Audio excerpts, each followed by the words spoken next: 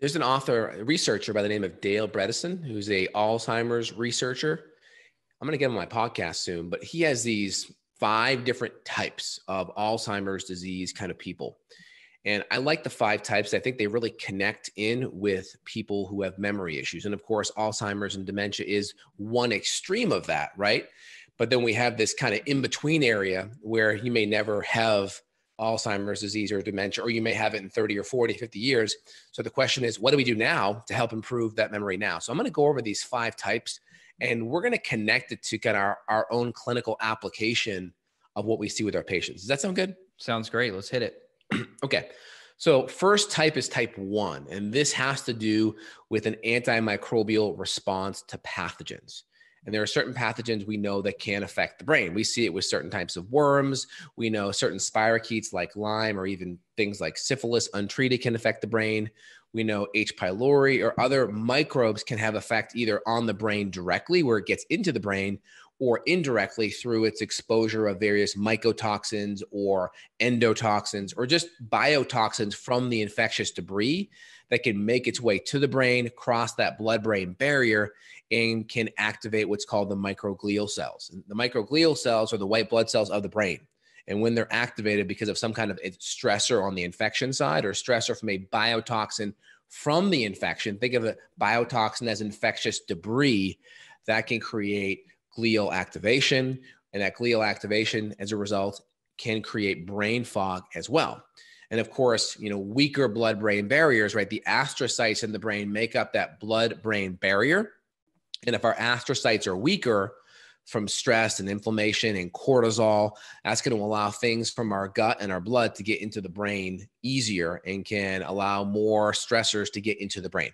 So the antimicrobial component's big. And of course, the first area we look there is going to be the gut, because so many of these stressors are either going to occur from infections in the gut and biotoxins make their way to the brain, or because 80 to 90% of the immune system is in the gut, the more gut stress we have, the more compromised immune system we have, the more our immune system is compromised, the more we're open to other kinds of infections like Lyme or other co-infections like that.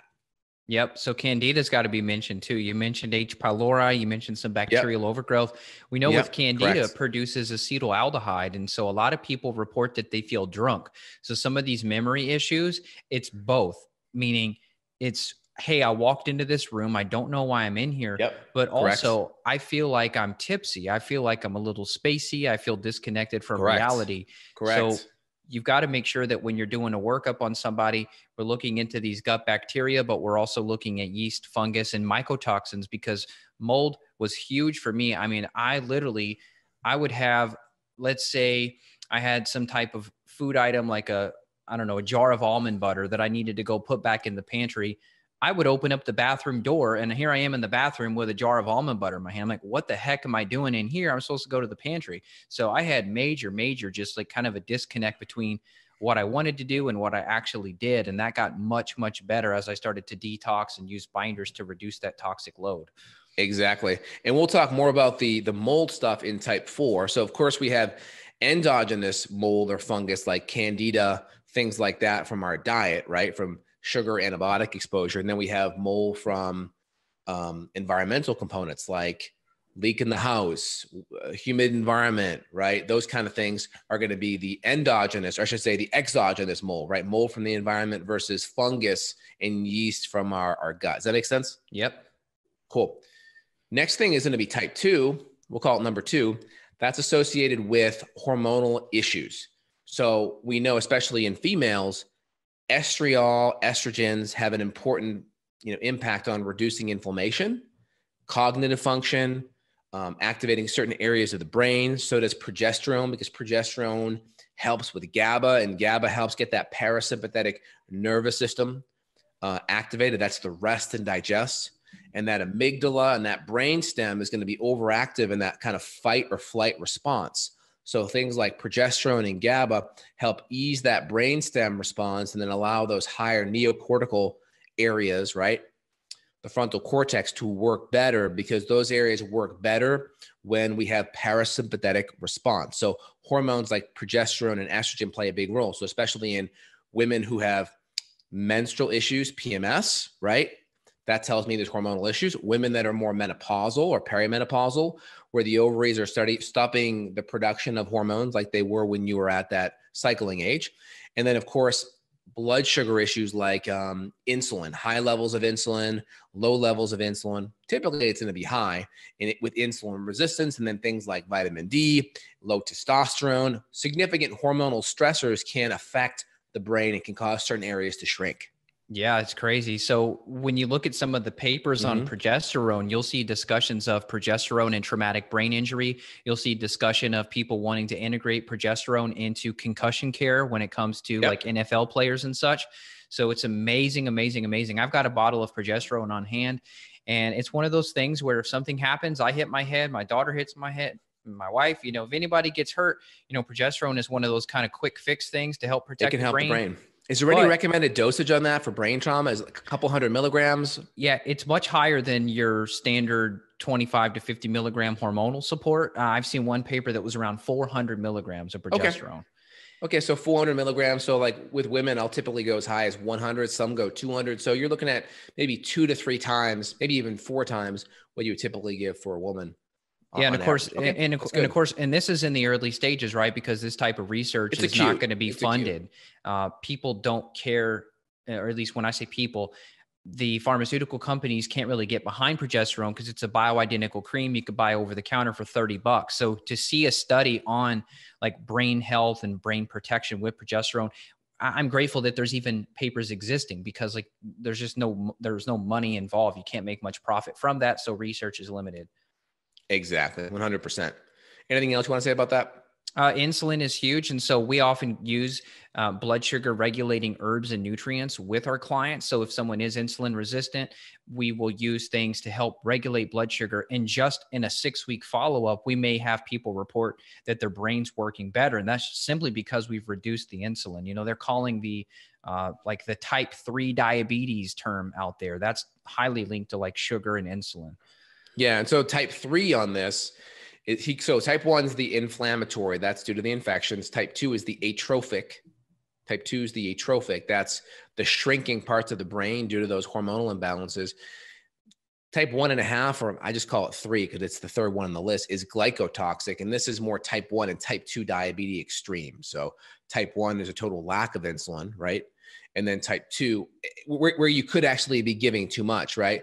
Type 1, you don't have any insulin, but then the problem is then they get you on insulin injections. And a lot of times people overuse insulin because they're not really educated on it, and they just can get their blood sugar back to normal. So with eating crap, so they just over secrete the insulin via the injection to bring the blood sugar back down. And that can cause problems as well. So type 1 diabetics, if they're on insulin, they can actually overshoot it. So the key is if you have type 1 diabetes, you still want to keep the insulin down, and you have to keep the sugar down as well. So you don't need as much insulin to get that sugar into the cell, number one. Then number 2 is going to be insulin resistance. You're making a lot of insulin. Your cells are just numb to it. So there's no supply issue with the insulin. There's just too much of it, and the cells are becoming numb to it. And we know that high glucose levels can create all kinds of problems with the brain. We know that there's certain beta amyloid plaques that can form in the brain, and we see that associated with Alzheimer's and dementia. We know that just high levels of insulin can create problems with people just with memory issues to begin with. And we know beta amyloid plaques, they actually get cleaned up in the brain with an enzyme called insulin degrading enzyme. The problem is insulin degrading enzymes' first priority is to break down insulin. So if you have too much insulin there, its resources are going to be spent on cleaning up insulin, and there won't be enough resources to clean up the beta amyloid plaques. So said another way, imagine you have a mop, right? And your kid spills some water or some juice. That's insulin. If your kid spills a little bit of juice, you can mop it up, and there's still enough absorptive qualities in the mop to go mop up the plaque. But if your kid spills a whole bunch of juice, well, now you go in, you mop up all that juice, but now the mop's so saturated, there's not enough absorptive quality to it to now go soak up and clean up the plaque. And that's why getting your blood sugar under control is so important. But if you go look at some of these studies, it's really interesting. The conclusion of a lot of these studies is, hey, we need to come up with a drug that helps improve insulin degrading enzyme. So we can use that enzyme to clean up more of the plaques. The people just miss the boat because their kind of focus is like on what kind of patentable drug can we come up with, where their conclusion, in my opinion, should be, hey, how can we change the diet so we have less insulin to have to clean up? Therefore, the insulin degrading enzyme can work better.